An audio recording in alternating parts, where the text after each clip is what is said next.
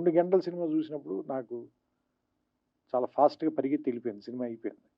దాంతోటి విషయం ఇందులో ఉన్న విషయం పేపర్ లీకులు, యూనివర్సిటీలు లేదంటే కాలేజీ రోజుల నుంచి విద్యా బోధన ఇంగ్లీష్‌లో జరగాల, తెలుగులో జరగాల. విద్యార్థులు ఉద్యోగాల కోసం, జాబ్ క్యాలెండర్ల కోసం వెయిట్ చేయటం. అక్కడ కూడా లంచాలు ఇచ్చిన వాళ్ళకి ఉద్యోగాలు వస్తుంటే, మిగతా తాలూకు స్టూడెంట్లు గాని, మిగతా వాళ్ళ తాలూకు నిస్పృహ, ఇందులో ఏది కూడా మనని ఇమ్మీడియేట్‌గా ఉత్తేజపరిచే అంశాలు కాదు.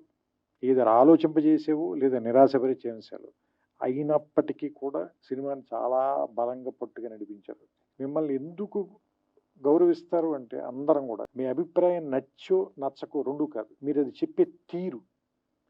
దాన్ని దాన్ని మీ అభిప్రాయాన్ని మీరు ముందుకు తీసుకెళ్ళటంలో మీకున్న నిబద్ధత, మీ సిన్సియారిటీ దాన్ని మాత్రం ఎవ్వరు క్వెషన్ చేయలేరు.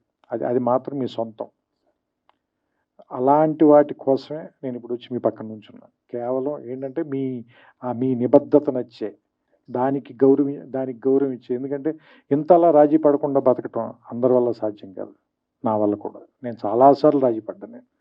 సో, అందుకని ఏంటంటే ఇలా రాజీ పడకుండా బతకటం అందరి వల్ల అవ్వదు. కొంత జెలసీ కూడా ఉంది నాకు.